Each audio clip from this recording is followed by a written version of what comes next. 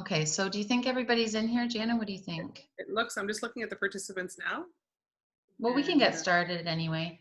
yeah, good to go. So, lots of good learning for me, for sure. Oh, so many points, right? That was just like, yes. Mm-hmm. So, Mm-hmm. Mm-hmm. And feel free, this is more informal, obviously, to use the Q&A. And then you also have the raise your hand feature. And if you click on that, then we can unmute you and you can share freely if you want to that way, or feel free to use the chat if that's how you prefer to communicate.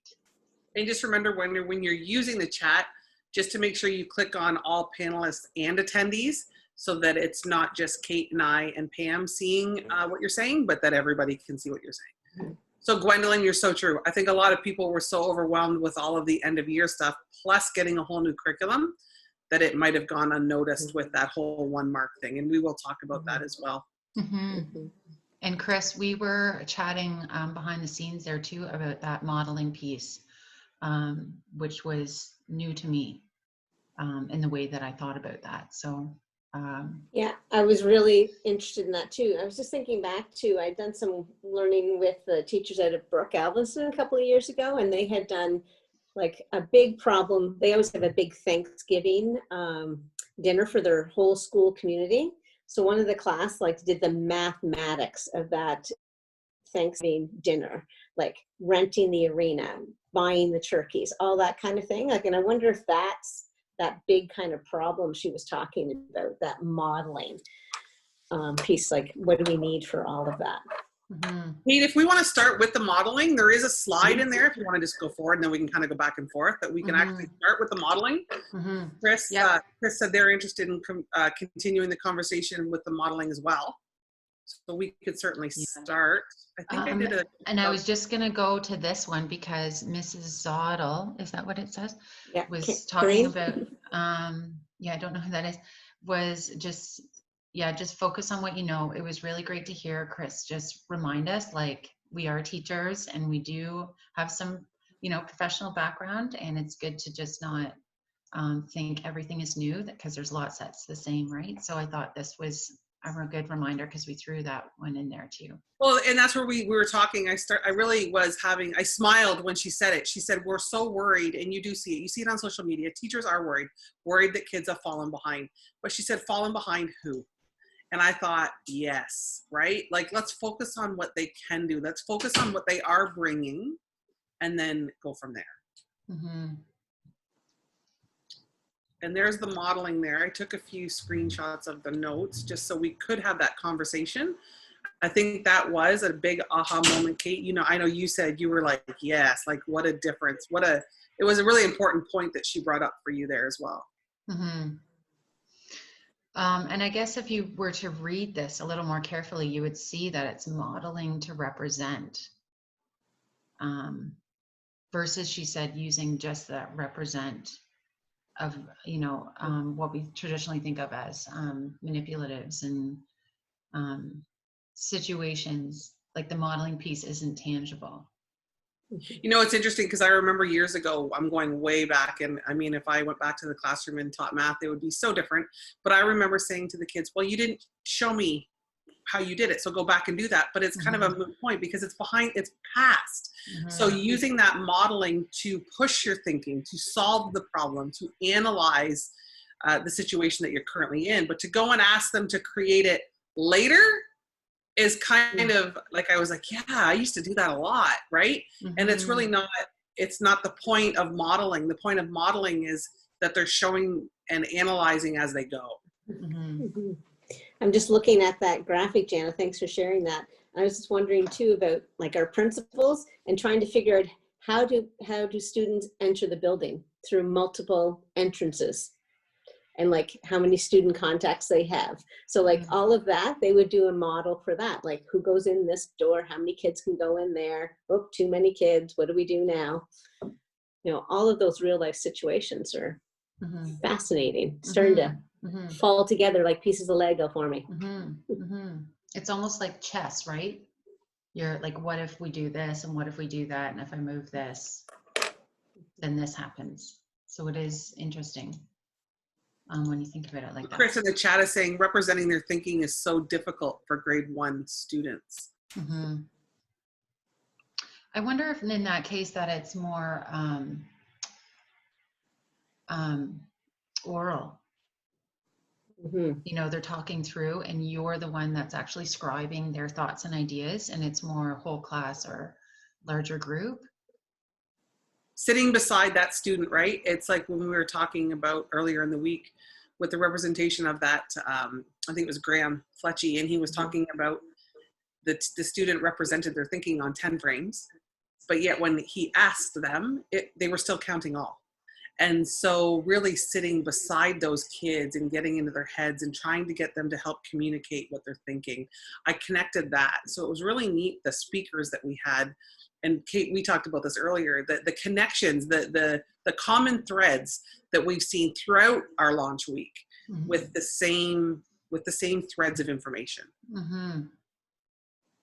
Yeah, it was interesting to see that because I didn't know that ahead of time.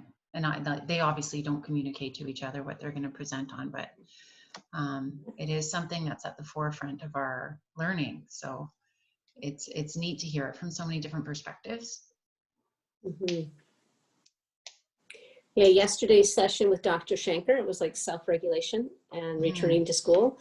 So there was a lot of people interested in that, like, you know, how to calm and be alert and ready for learning, like that's the name of his book, but just how do we do that in uncertain times? And so there were some questions about how do we teach the self-regulation piece or take time for that when we have curriculum. And so it was interesting what she was talking about, that social learning piece is really helping us blend those two things together, like that well-being and the curriculum expectations at the same time. Because, you know, Dr. Shaker's takeaway part was like, we can't learn if we're not ready to learn emotionally. Mm-hmm. So it's nice to see some language in our curriculum that will allow us to do that. Mm-hmm. Mm-hmm. And, you know, to build on that, Pam, we can't teach if we're not ready to teach emotionally. And so thinking, connecting Stuart to Lori Santos on Wednesday, she talked about during these uncertain times, it's like imperative that we're focusing on the happiness, right? We're focusing on the good and what we are bringing to the table. And I see that common thread again when Chris shared, let's focus on what the kids are bringing to us, right? We know that there's going to be different gaps that have occurred over the spring. Everyone's going to be dealing with those gaps on top of the new curriculum where you once thought it was a grade 5 expectation and it's now not, or it was a grade 7 expectation and it's now a grade 6 expectation. We all know that. And so now it's just like, give yourself, I love that she said, this is me as a human saying, just give yourself some time to breathe. Give yourself some time to digest it and to play with it. Well, and Jana, going along with that, I think what is nice, and that's what kind of led into that discussion about the 1 mark that we're giving now, because we have so many things to cover and so many, you know, I's to dot and T's to cross, that I think having a reduction in expectations and then also having only 1 mark to gives you almost that time and space, like she said, to have some richer tasks that cross over each other, and you can collaborate with your colleagues because you can be doing like a similar sort of project or something together and not feel like you're constricted because you're in that strand at that time. Or not to say that you won't teach in strands, because there definitely will be some explicit teaching that is still going to have to happen, of course, but it just gives you a little more time. Could you go back a few slides? There was a slide that I liked where she showed each strand. Yeah, up one more. No, sorry. Oh, back. You mean I went over it?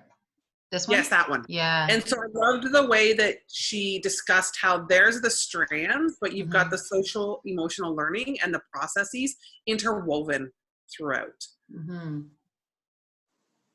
So I really like that. And I know that she said that she felt like this was a very valuable slide that she had, and it's in the curriculum. I believe it's online.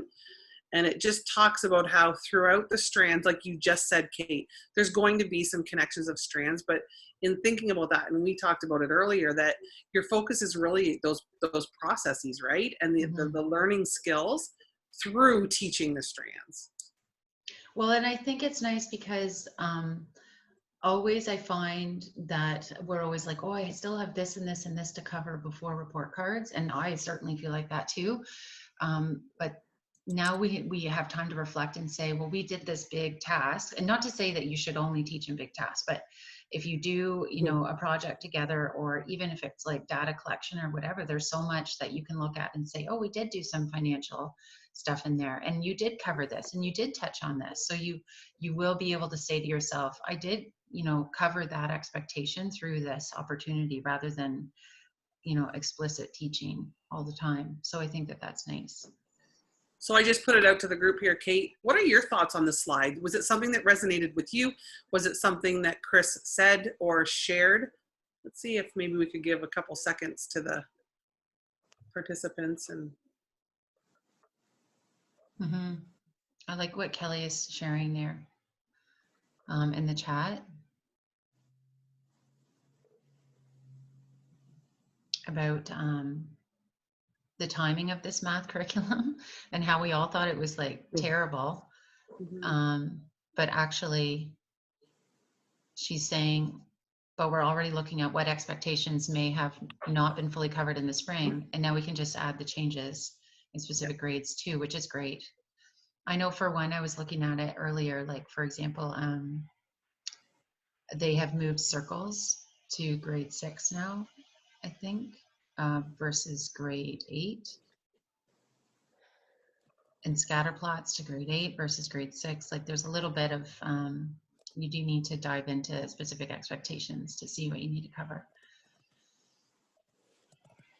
And Mrs. Zottel, you brought up a point too that we talked about earlier, that progression, and Graham Fletchy talked about that, right? And I know he is at all, if I had my way, I would do away with the grades and just look at the progression of where the kids are. And that's the great thing about our continuum that we use, right? With Alex Lawson, is where are they on the continuum, and where, and finding out where they are, and then knowing your learner, right, Pam? Knowing where they're at. My favorite, yeah. Pam, did you want me to share some of your slides that you had? Sure, you can. I just did the panic thing. I'm just typing in at the same time. I just wanted to echo, like, she was so calming and informative. And like, I've always respected her as a mathematical guru kind of piece. It was like, oh, I got the kindest heart too. So I could see why that push for that social emotional piece was in there, that whole language. Well, and she is obviously, she's very passionate about what she does and cares, you know, about her research and how it, and that we knew that she had done such extensive research, because I think that is important, right? Yeah. So just before we go on, Denise shared, I'm thinking more than ever about being intentional with the planning is key. Doing more with less, digging deeper with the learning. And Denise, so right. And Chris, yes, making it easier. That slide that we had, making it easier to think in terms of spiraling that learning. I agree with that. All right, Pam. Yeah, so you guys can click for me, but I was like, oh, 1 math mark. Well, that's something new to think about. And then one thing she talked about, I think we've been talking about when return to school, how do we support the assessment and learning of students, and you know, get to know your students. And we keep using this phrase, like, what gaps do students have? And what Chris said today, it was more like the next thing. Like, I got to change my mindset to what can these students do? So click to the next one. It's like, if I go into this mindset of like knowing about my students, instead of going and saying, what gaps do they have in grade 4? It's like, well, what can they do? What do they know? And even like, I just felt like a physical shift in my brain. It's like, oh yeah, I got to change that language to that, because we want to start off with this whole idea of like, we got this, let's move forward. And if we push forward with that kind of positive energy, I think our kids will be a little bit more open to engaging with us. So that was just my little takeaway today. So the next slide talks about my 2 favorite questions. What do I know and what do I wonder? So these are questions I pose with kids, and honestly, our teammate laughs at me all the time, like, I wonder, does Pam wonder? That's one of my favorite words. So, but I also use it kind of as like information overload starting point. So what do I know? And then through that, what do I wonder about? So what am I going to dig deeper about? So when I think about that next slide that comes up, it like, what do I know as educators? Like, we have guiding principles to help us guide our professional responsibilities, and that's the curriculum. So we're responsible for teaching the curriculum. And for our assessment, it's my responsibility to follow the growing success document. So I know that's true. Like, this is where I go for information. And then as you click through here, Kate, there's like, we've added this other layer. There's updates from the Ministry of Education. Things are constantly changing. So like that whole idea about, you know, the curriculum and the 1 mark, that was something that got lost in the shuffle because it was information overload in June. Like, I remember when that happened, I was like, what? So my mind was like, what's going to change? Well, the curriculum's changed, but our assessment practices are going to have to change too. So again, what do we know is true? In that next slide, so let's talk about language. So if we're talking about reporting, on a report card, a report means you're getting a mark. So in grade 1 to 6, it's a letter grade. 7 to 8 is a percentage mark. And in our learning skills, it's the EGSN. And like, that's what we have to report, and that's what we're responsible for doing. So what do I know is true? In the next slide is about like, well, what did we do before? We had 5 strands before, and I had to report on 4 strands each, and each strand must be reported on at least once. Like, who got lost in that quagmire? Like, who do I do? You talked about, Kate, the stress of like, I need to report on, you know, data management, and we've done 1 graph. We all felt, we didn't feel good about that, right? We felt pushed to do that. And like, when you did, you checked your report cards, like, it came back with errors if we didn't have the right number of math marks in there. And we had a progress report that just said, well, how are they doing in math? Progressing well, progressing very well, or progressing with difficulty. So that was before. So now what's next for us is that we have this new curriculum out, and we have 6 strands. So I'm intrigued by how all of that's linked together.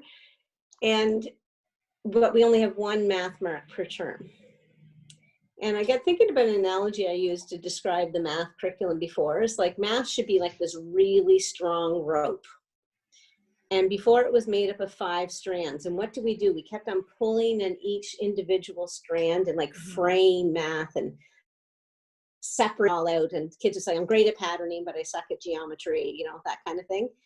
But now it's like, oh, we need to re-knit this back together. We need to have one really strong mathematical way of thinking. So I'm wondering if that 1 math mark per term might help us get to that. Like, think of it again as, I have strength in this.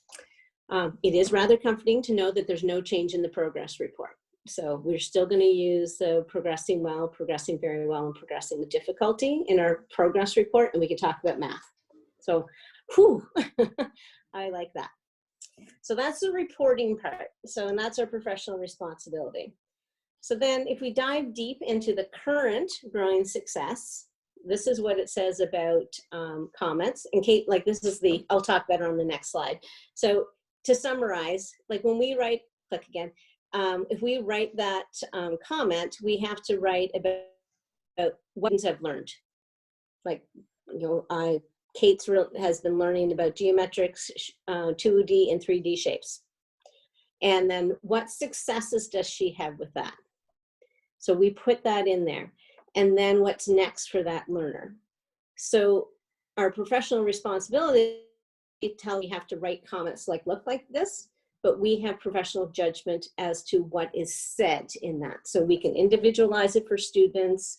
You know, if I teach grade 5 and Kate teaches grade 5, we don't have to have the same comments. Like, we have professional judgment to share what's for our learners. Can I ask a question or your thoughts? Yeah, go ahead. So because we don't know what that's going to look like and how big the box is going to be. Yes. What are your thoughts on, are we going to have to comment on each strand, or will it be sort of a generic sort of learning skill type comment? That is the thing that, right? We were Yeah. talking about that, Pam. Could they Yeah. use like the mathematical processes, which was threaded interwoven, and talk Mhm. about how they're using their reasoning skills or their problem solving skills through whatever it is that they're teaching strand wise? Right. So lots of things that, you know, got me wondering about the same things. So one, growing success will be updated. So if we think about grades 1 to 12, we have growing success, and it's already been updated with an addendum for kindergarten. So if any of you know kindergarten teachers out there, they've got their own little assessment book. So growing success is going to be updated coming soon. That's what the ministry told us. And then the report card will be updated too, because it will look different. So you talked about how big will the box be? Don't know, but I do know that we're going to go from 5 marks to 1. So that's changed. And there's been no, I asked specifically to the ministry, like how many strands will we need to comment on? And they gave us no answers at that time. So that is something we're wondering and talking about. And like we've got history, like we've got, I reported patterning in my progress report. Do I need to put it on my term 1 report card? Like all of those kind of things. So we'll have to like go into this with new thinking and say, well, what does the growing success now say? Mhm, So mhm, I'm really wondering and mhm, in trying to figure out this. But I mhm. think as I go forward into working with teachers and you in the classroom, it's just like, let's focus on these questions. So like, what have Mhm. students been learning? Like, Mhm, what do they do well and what's mhm, next for them in learning? If we mhm, can start documenting like mhm, the little moments we have in that spatial reasoning strand, and if we have thinking about, well, what have they learned already? What are they mastered? What's their strength right now in the number strand? You know, where do I go next? If we start documenting that way, we might find our report cards a little easier to flow about that. mhm, mhm. So yeah. Yeah, interesting. Um, so I don't know if either of you are looking in the chat, but some people are wondering about the teacher resources that she Mm-hmm. mentioned, and she said they're live. And I know Pam and Jana, when we were on that webinar, they weren't quite all there yet, or even Well, I there. was on my phone during the session today. I had like 3 devices on the go. Yeah. So I went in and those teacher supports are there. Do you want me to maybe go to a live? That would be awesome. Let me just see what's happening here. Hang on. And hang on. I, you know, I was going into them like, yeah, they're there, but they're going to be the same before grade 4, 5, and 6. Like I was like, you know, how different are they going to be? I was very happy with what I saw. So if I go to the curriculum here, I don't know if you want to walk me through it. Yeah. So if you, just go to the math. Yeah. And notice that like, that's the hardest part is like, where is this thing on the whole thing? So I just, you just type in math 2020. So if you go to the grades is where I went up at the blue bar. Yeah, I'm in grades right here. Okay. And oh, but I you want to go to grade, grades here? yeah, whatever. Like it's just Yeah. a different view. Yeah. And you can filter down. So I picked grade 5 just because that's my wheelhouse. And then pick a strand, any strand. So expectations. Someone in the chat was, Jana, you're muted. Someone in the chat was. Yes. Algebra C4. I know, I thought maybe I would go to that. Okay. Let me just go back.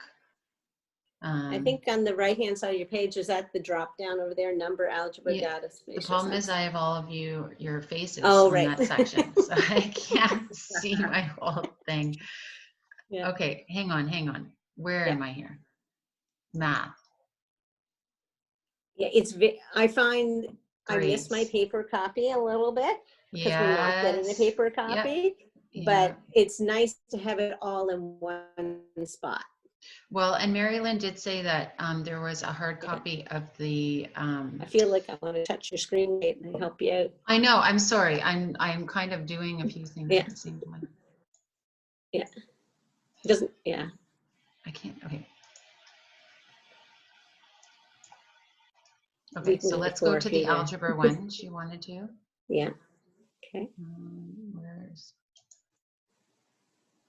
Was it C4 she was on? Yes, it was C4. Okay. Yeah. Okay, and it says I'm looking at teacher support under C4 algebra and mathematical modeling, trying to wrap my head around what it all means. Yeah.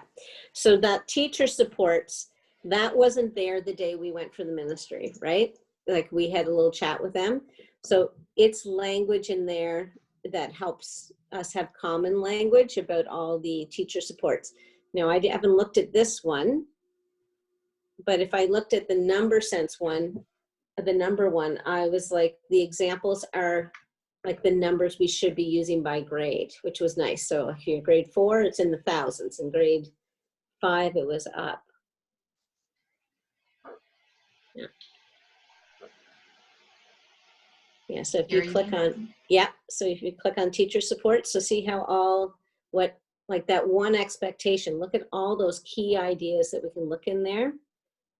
And to me, that's like where we came from, the guide to effective instruction. Like, what does this mean? Like some of that language is in there. So I remember them talking about the key concepts and then the separation of the note part. Do you guys remember? I remember writing a note about that. Why, what was under the note versus the key concept? You're right that there is a distinction between two. And I think the top part is more about things we do with students, like, you know, numbers are decomposed when they represent as a composition of 2 or smaller numbers. So breaking those numbers down. But the note is like the teacher check. It's just like, right. Just so you know. Yeah. Like a little reminder. Okay. Yeah. Okay. Note to self. Yeah. Like kind of like a note to self. Okay. Yeah. Make Okay. me sound smart. Yes. Okay. Okay. So the key concepts versus, okay. I guess the other thing that we were wondering about is there was supposed to be some samples that came out and those aren't out yet. Yeah. Coming soon to a school near you. So I think that those will be very helpful, for instance, and I don't know if they will be for every expectation, but certainly in some, like maybe the algebra one that Chris was talking about, there would be an example or a link to something, right? Yeah. Well, again, through my role with the assessment piece, we learned that the sample questions and the examples were key in creating questions for EQAO. So there was a link between that. And so that's how we kept the connection of like, are we assessing the curriculum? So the whole idea about questions and the sample questions and the examples was very key to ensuring that our students are getting pushed into learning or exposed to learning or challenged to learning that's appropriate for that question. So it like really made it clear. So I'm really looking forward to seeing those examples reappear. I think they're just making sure that they're quality and they've been tested with students, and because it's a very well-researched document. So they want to make sure that they don't just, you know, hey, I wrote a question, let's throw it in. Like, let's actually go and field test this question. Let's try this and see that it's open enough so kids can tackle it. Well, this is nice because this expectation could have been something that was in the old curriculum, compare and order numbers up to 10,000, and then it would give an example. One, right? Yes. One example versus in here, it gives you, you know, a little bit more background and how different ways you can use that, which is nice. And I think she talked a lot of the continuum too. And so we've been getting very comfortable with the continuum of learning, addition, subtraction, multiplication, and division. And so seeing the curriculum as a continuum as well. So looking at what's in those key concepts, grade 5, what happened in grade 4, what's happening in grade 6. Like I'm starting to see the curriculum as a continuum that way too. Right. Is there somewhere too in their, they might actually have that grade band thing somewhere. Yeah, it, hang on. Feeling under the gun now for a minute.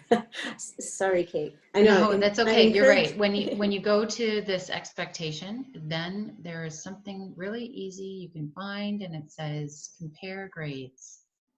Isn't that right? Yes. It's really easy to find.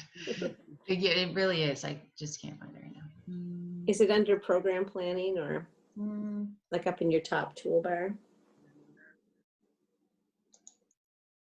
I think, you know, going for a walk through the curriculum is going to be part of my learning next week. Yeah, I actually went through this in the summer, but that was about a month ago. Is it under? Yeah, overall. Yeah, here, overall expectations. It's the overall that you can compare. That's right. Great.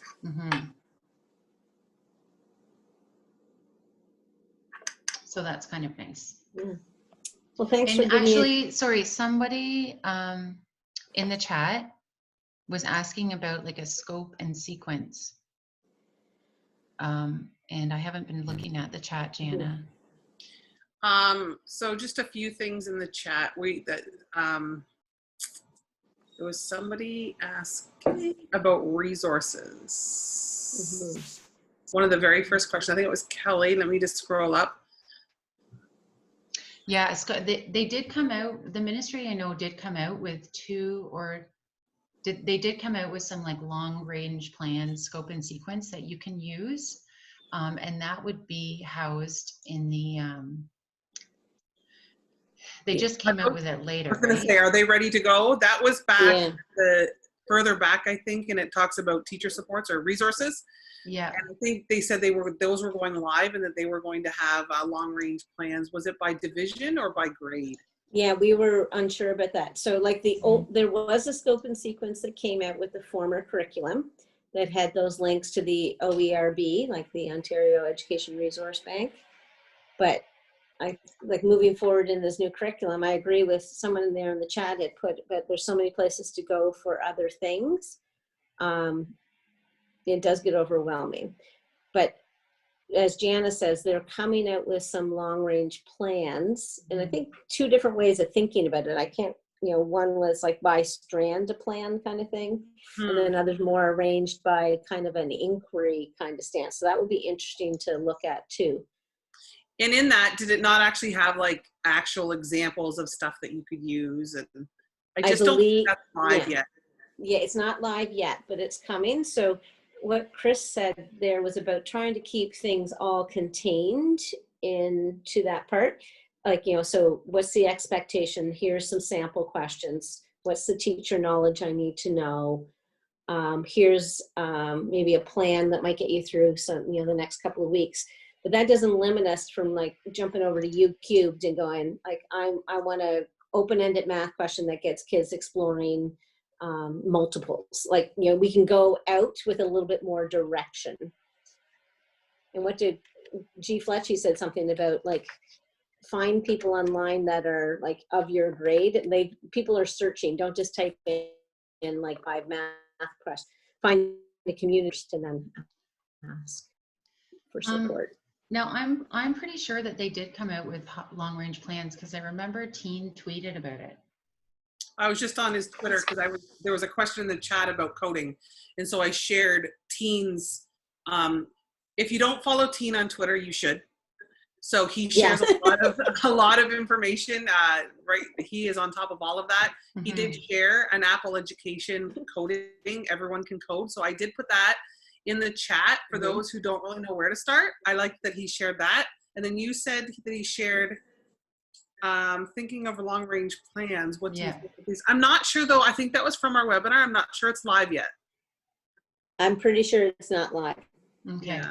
Coming soon though. It is coming, and I believe they said that it was coming before the first day, so we can cross our fingers and hope that they're gonna stick to that, but that it was going to be ready to go by the 1st of September.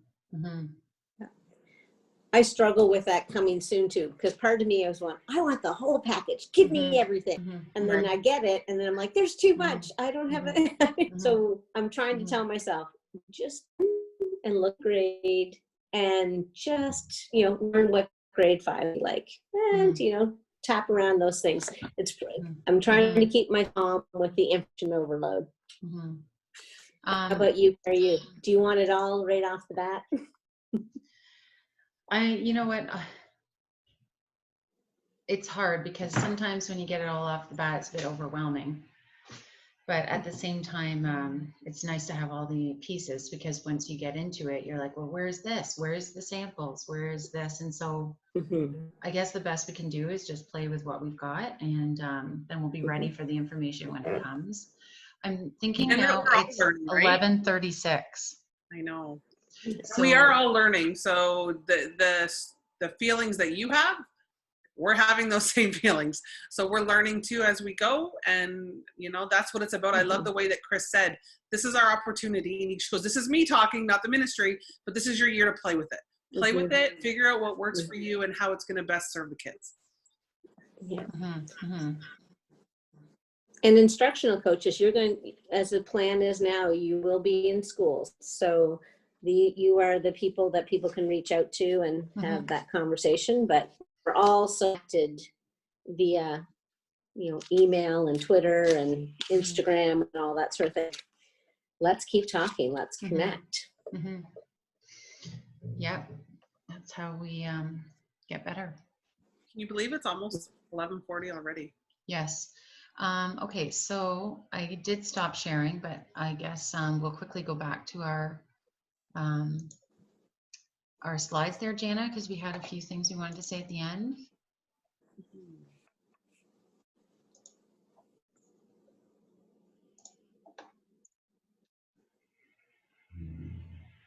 I'm using a lot of brain power on a Friday here. Doing great, Kate.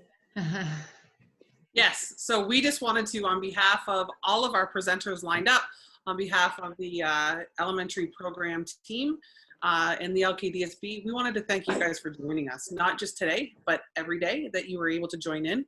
We're hoping that at some point this week, you were able to find a presenter that really resonated with you and that it gives you a sense of calm, a sense of clarity, and just gets you reinvigorated, ready to start up the school year. We know there's a lot of unknowns, and that's okay. So what we're going to do is let's focus on the positive, and let's hope that some of the new knowledge that you're going to be able to wrestle with it this weekend, or just enjoy the weekend. Have a fantastic weekend. It's been incredible. And unplug. That's right. For sure. So but definitely reach out to us if you have any questions, and you know, we have lots of questions too, so we can just work through it together.